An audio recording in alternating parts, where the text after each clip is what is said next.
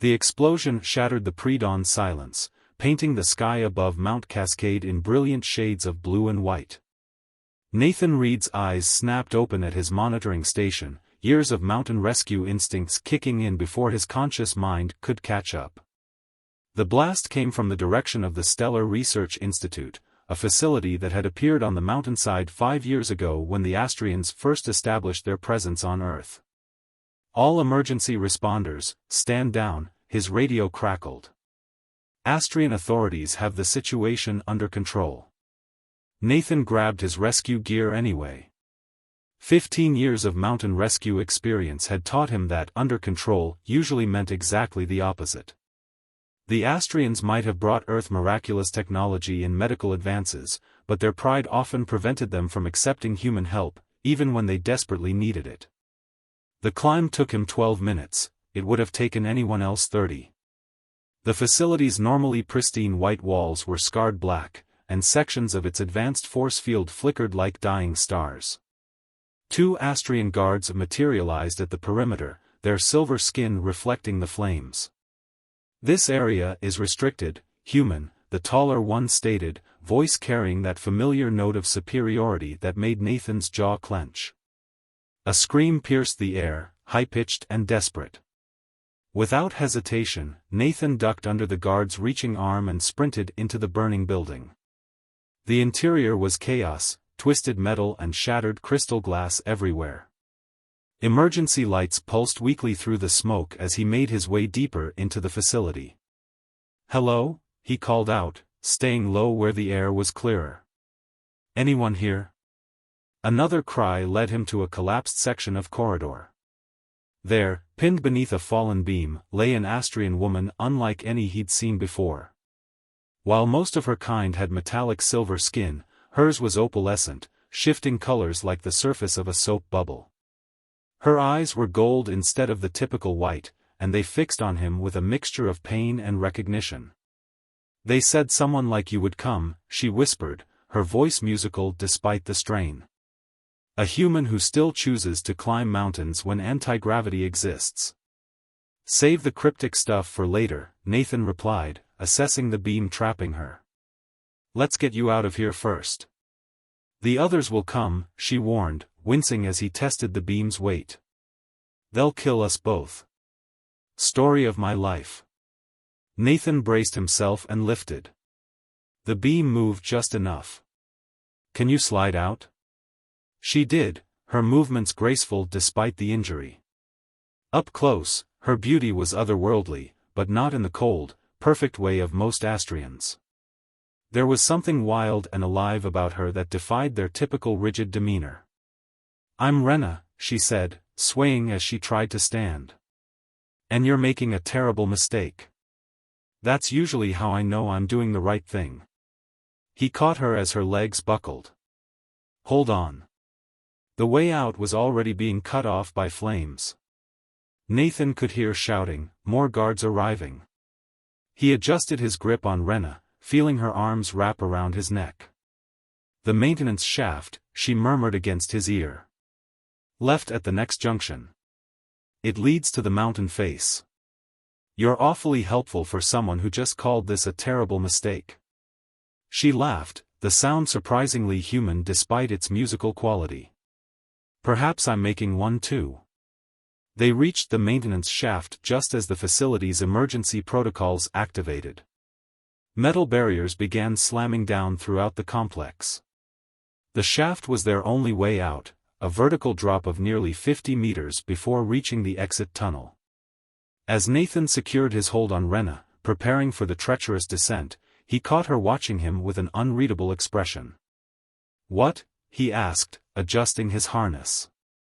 "You're the first human I've met who makes me question everything I was taught about your kind," she replied softly. "Maybe that's why they're so afraid of you." Before Nathan could respond, voices echoed from above. The search parties were getting closer. He began their descent, each movement careful and precise, acutely aware of Rena's warmth against him and the way her skin seemed to pulse with its own inner light.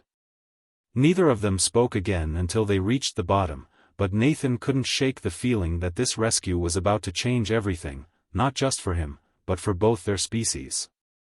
As they emerged onto the mountain face, dawn was breaking over the horizon, painting the sky in colors that matched the shifting hues of Rena's skin. The sound of pursuit grew closer, but Nathan knew these mountains better than anyone. He had places to hide, routes that no scanner could track. As he led Rena into a hidden cave system, he realized that for the first time in years, he felt truly alive. Whatever storm was coming, whatever secret she carried that made her own people want her dead, he was already committed to seeing it through. After all, the best rescues were always the ones that turned into something more than just saving a life, they were about changing them. Nathan's cabin was more than just a home, it was a fortress. Built into the mountain itself, its walls were lined with signal-dampening materials salvaged from abandoned military bunkers. He'd been called paranoid for maintaining such precautions in the age of Astrian peace, but as he helped Rena through the concealed entrance, those preparations suddenly felt prescient. "Your wounds need treatment," he said, guiding her to a chair. "But I should warn you, my medical supplies aren't exactly designed for Astrian physiology." Rena's opalescent skin rippled with what might have been amusement. "Our basic biology isn't so different. It's what lies beneath that would surprise you." She winced as he began cleaning the gash on her forehead, her golden eyes never leaving his face. "You're wondering why they tried to kill me?" "Among other things," Nathan replied, carefully applying a bandage. "Like why you recognized me, or what you meant about them being afraid." She was quiet for a moment, her skin shifting through shades of blue and violet. "What do you know about the day we arrived on Earth?" "Same as everyone. 15 years ago, humanity was tearing itself apart. Climate disasters, wars, economic collapse. Then your ships appeared, hundreds of them, offering help with no strings attached." He paused, studying her expression. "At least, that's what we were told." Rena's laugh held no humor. "No strings attached? Everything we gave you had strings. The fusion reactors that solved your energy crisis? They require Astrian maintenance protocols.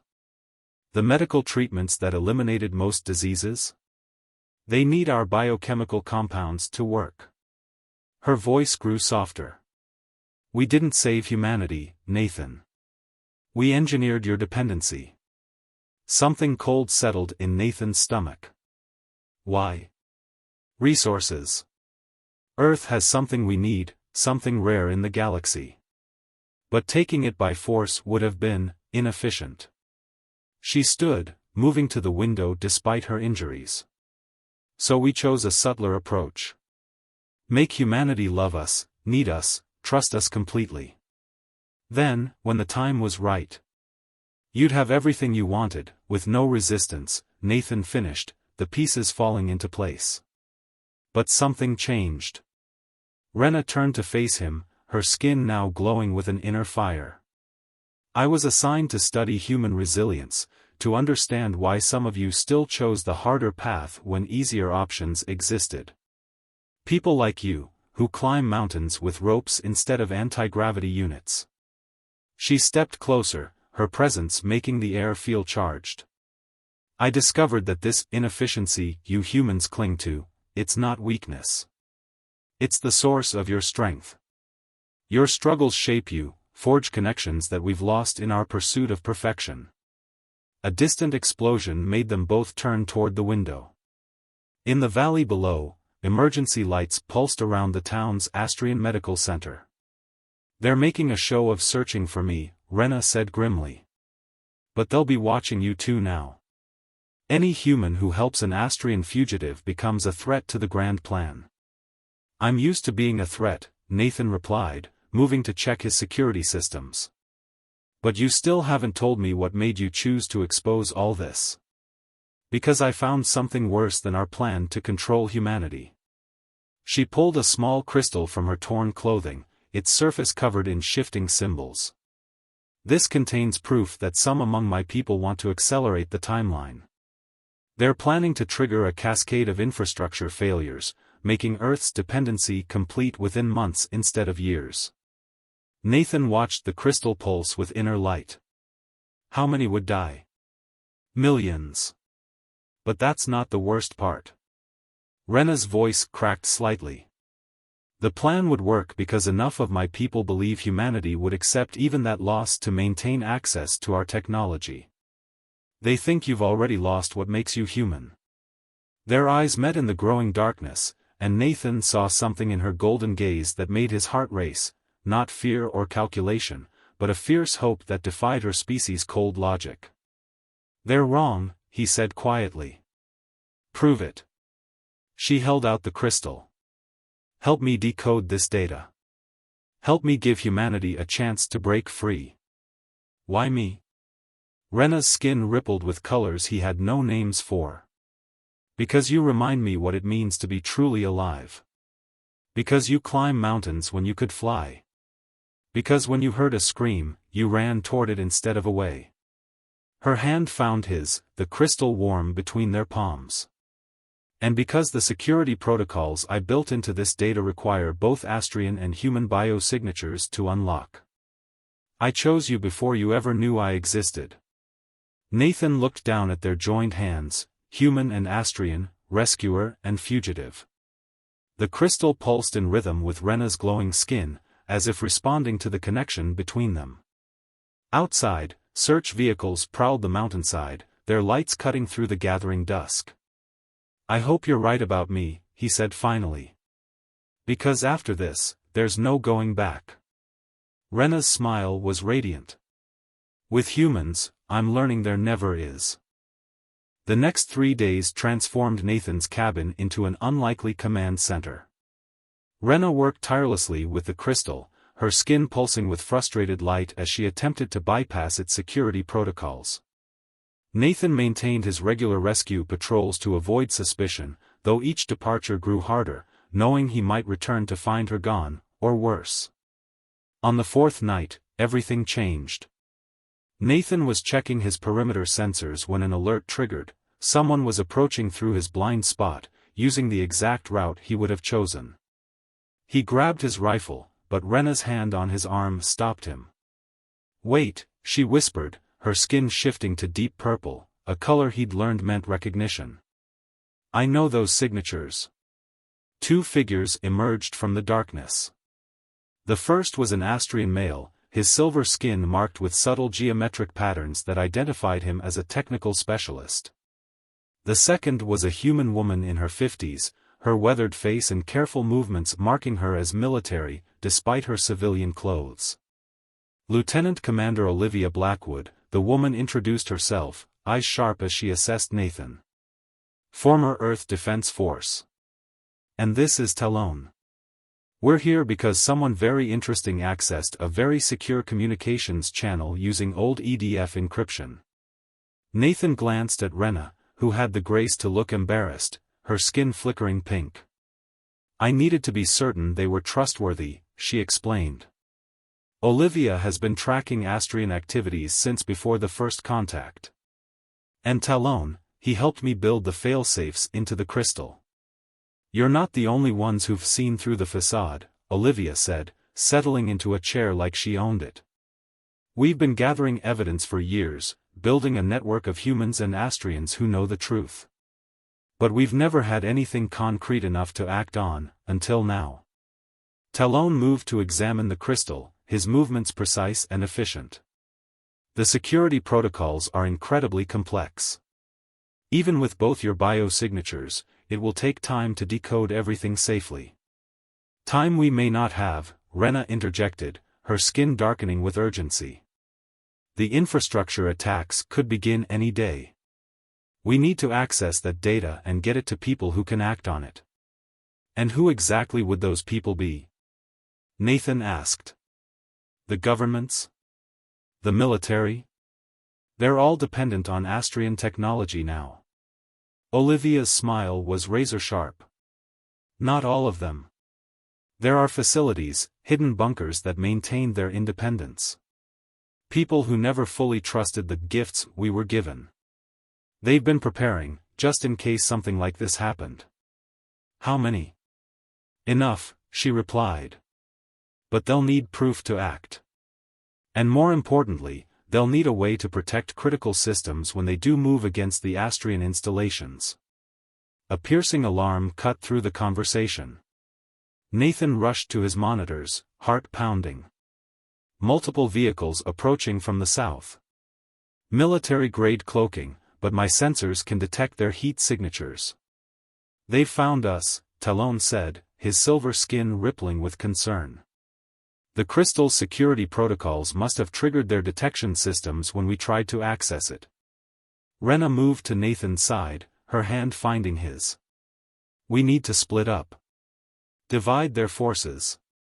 No. Nathan's response was immediate, surprising even himself with its intensity. That's exactly what they'll expect. They'll have teams ready to intercept us at every possible escape route. He turned to the others, mind racing through options. But they won't expect us to go up. Olivia's eyes lit with understanding. The peak. There's a research station near the summit, Nathan explained. Abandoned when the Astrians arrived. Its equipment is old, but it might be just what we need, Talon finished.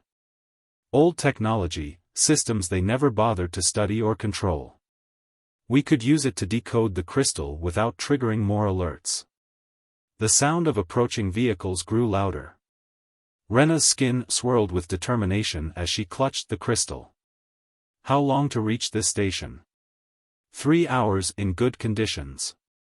6 in this weather. Nathan was already moving, grabbing essential gear. And they'll be watching the usual routes. Good thing you're not a usual kind of guide, Olivia said, checking her own equipment with practiced efficiency. Nathan caught Rena's eye as they prepared to leave.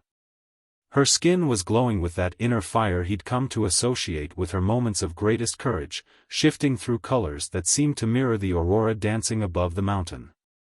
Last chance to reconsider, he said softly. This climb won't be like anything you've experienced. Her response was to take his hand, her touch sending warmth through his entire body. You've shown me that the hardest paths are often the most worthwhile. Besides, her skin rippled with something that might have been affection. I have the best guide on the mountain. As they slipped out into the night, Nathan felt a fierce hope building in his chest. They were 4 people against an interstellar conspiracy, armed with nothing but a crystal full of secrets and each other.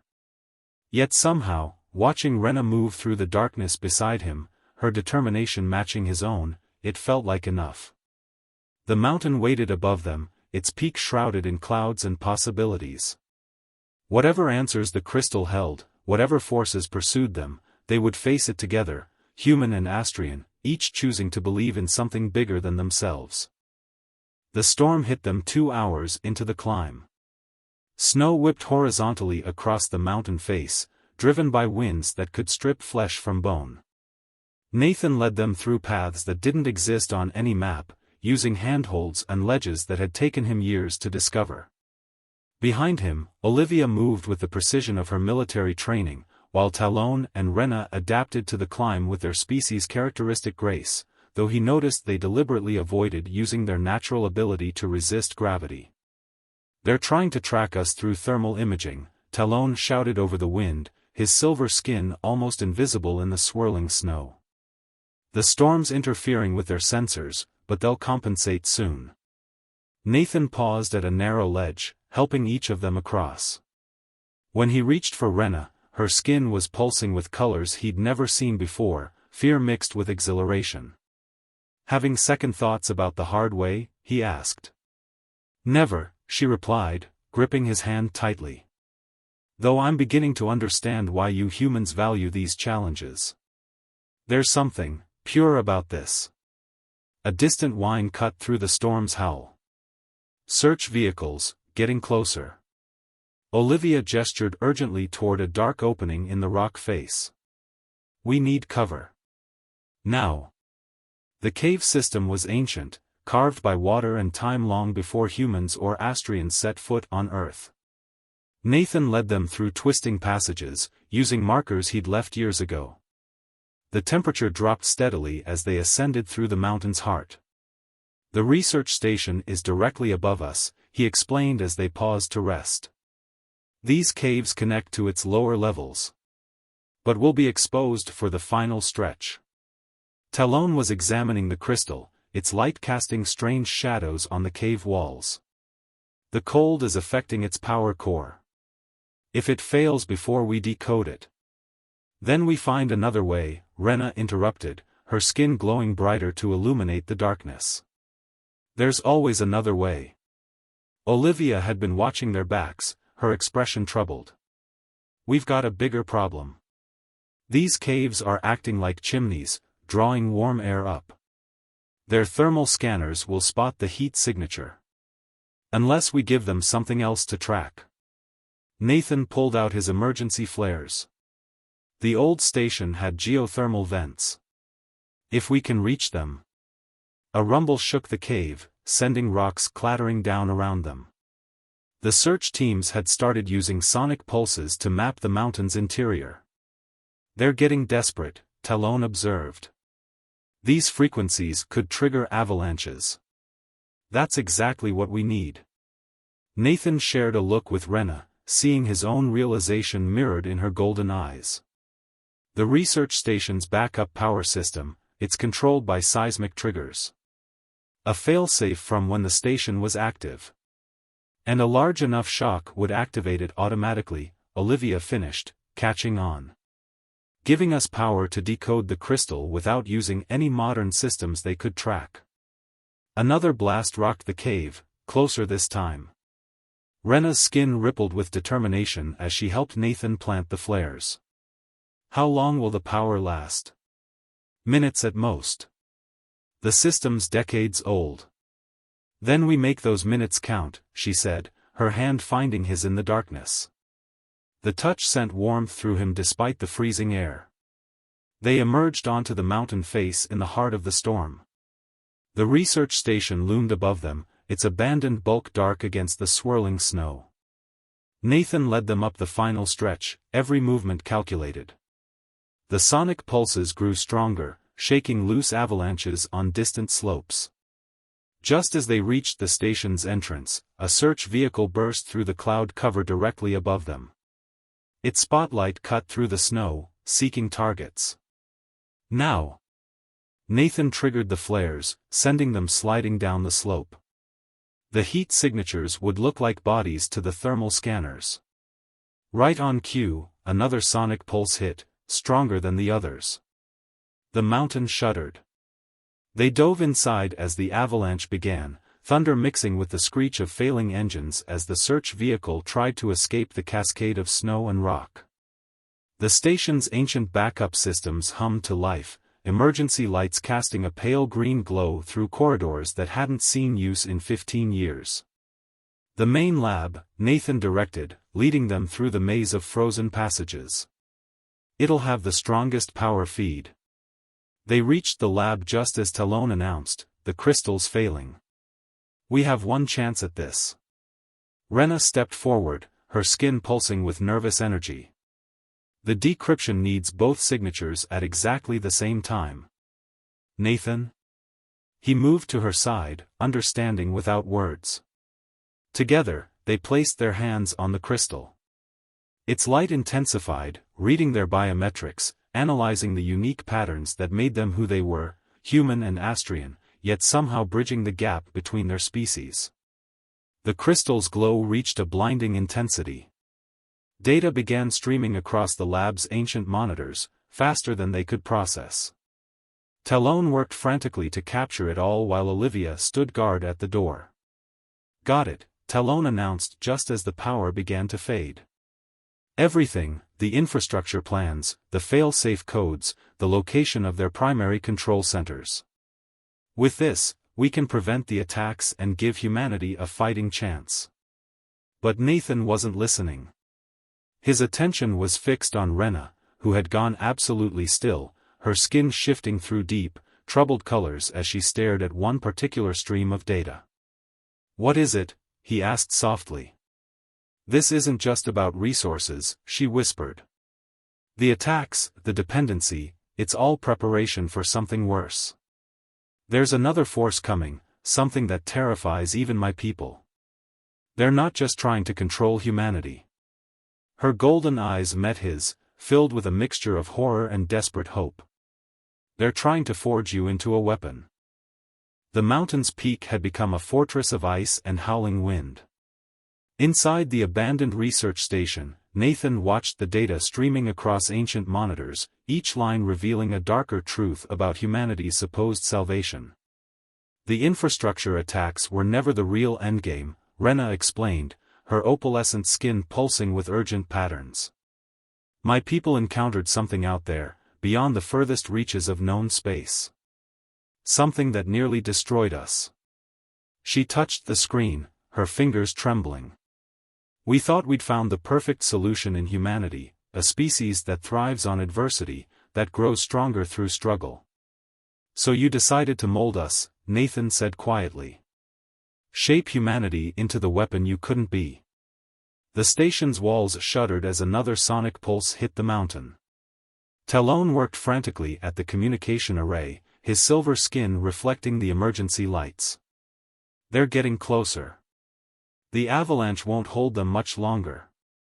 Olivia checked her tactical display, her expression grim. Multiple teams converging. They know what we have now, they'll do anything to stop this information from getting out. Nathan moved to the frost-covered window, watching search vehicles circle through the storm like hungry predators. Years of mountain rescue had taught him to see patterns, to find paths where others saw only obstacles. Now he saw their one chance, dangerous, nearly impossible, but possible. The station's old broadcast array, he said, turning to Rena. Could it penetrate their communication network? Her skin shifted to deep purple, the color of realization. The frequency modulators, yes. Their modern systems wouldn't be configured to block such antiquated signals. But we'd need to boost the power beyond safe levels. Which would burn out the station's systems and probably attract every Astrian force in the hemisphere, Olivia added. Good. Nathan's voice carried the quiet certainty that had saved countless lives on this mountain. That's exactly what we need. Understanding dawned in Rena's golden eyes. A pulse powerful enough to temporarily overload their entire network. It would force them to shut everything down to stop the data from spreading. I can modify the array, Talon offered, but someone would need to remain here to maintain the broadcast. The manual controls aren't automated. Before anyone could respond, another blast rocked the station. Through gaps in the swirling snow, they could see teams of figures beginning their ascent, armed with weapons that could vaporize the entire peak. Olivia, you and Talon take the backup data east, Nathan commanded. There's a hidden route through the glacier caves. Get it to your resistance contacts. What about you? Olivia's eyes narrowed. This station won't survive their assault. We'll give you the time you need, Rena answered before Nathan could, her skin blazing with inner fire. Their eyes met, and no further words were needed. After their allies disappeared into the storm, Nathan and Rena worked in perfect synchronization, preparing the ancient equipment for one final broadcast. Every movement felt charged with meaning, every shared glance carrying the weight of what remained unspoken between them. I never told you the real reason I chose you, Rena said quietly as they worked. Why I encoded the crystal to match your biosignature. Nathan paused, watching her skin ripple with colors he'd learned to read as truth. Tell me. My people's pursuit of perfection left us hollow. We forgot that growth comes from struggle, that beauty can exist in imperfection. Her hand found his, the touch electric despite the freezing air. But you climb mountains when you could fly. You risk everything to save others, not because it's efficient, but because it's right. You showed me that there's strength in choosing the harder path. The station sensors screamed a warning. Multiple targets, closing fast. Nathan moved to the broadcast controls while Rena finalized the power modifications. Outside, the storm had become a solid wall of white, broken only by the approaching lights of their pursuers. Ready? he asked. Instead of answering, Rena crossed to him, her skin glowing with colors he'd never seen before. Whatever happens next, you've already changed everything. For both our peoples. The first blast hit just as they initiated the broadcast. The station's ancient systems howled in protest as they pushed beyond their limits, sending the crystal's data cascading through every Astrian communication channel on Earth. Through the breach in the wall, they could hear the chaos as the pursuing forces' systems began to fail. Power core critical, Rena reported, her hands dancing over the controls. We're losing containment. Nathan pulled her away from the sparking console, shielding her as another explosion rocked the station. How much got through? Enough. Her smile was fierce. They'll have to shut down everything to stop it now. Humanity will know the truth. The station was coming apart around them, but in that moment, holding each other as their world changed forever, neither of them felt the cold. Through the shattered windows, they could see the first light of dawn breaking over the mountain's peak, painting the sky in colors that matched Rena's glowing skin. There's another way down, Nathan said, thinking of routes few would dare attempt. If you trust me. Rena's answer was to take his hand, her touch carrying all the warmth of a new sunrise. I think I've always trusted you. Even before we met. They made their escape as the station collapsed behind them, disappearing into the mountain's embrace. Above them, Astrian forces scrambled to contain a truth that was already spreading like wildfire across the globe. But Nathan and Rena had chosen a different path, one that led not up to cold perfection, but forward into uncertain possibility. In the days that followed, as humanity began to wake from its technological dream and face both its challenges and potential, they would help forge a new understanding between their peoples. Not as weapons or saviors, but as equals who had learned that the greatest strength lies not in avoiding struggle, but in choosing who you struggle beside. After all, the most important thing Nathan had learned in his years of mountain rescue wasn't how to save people.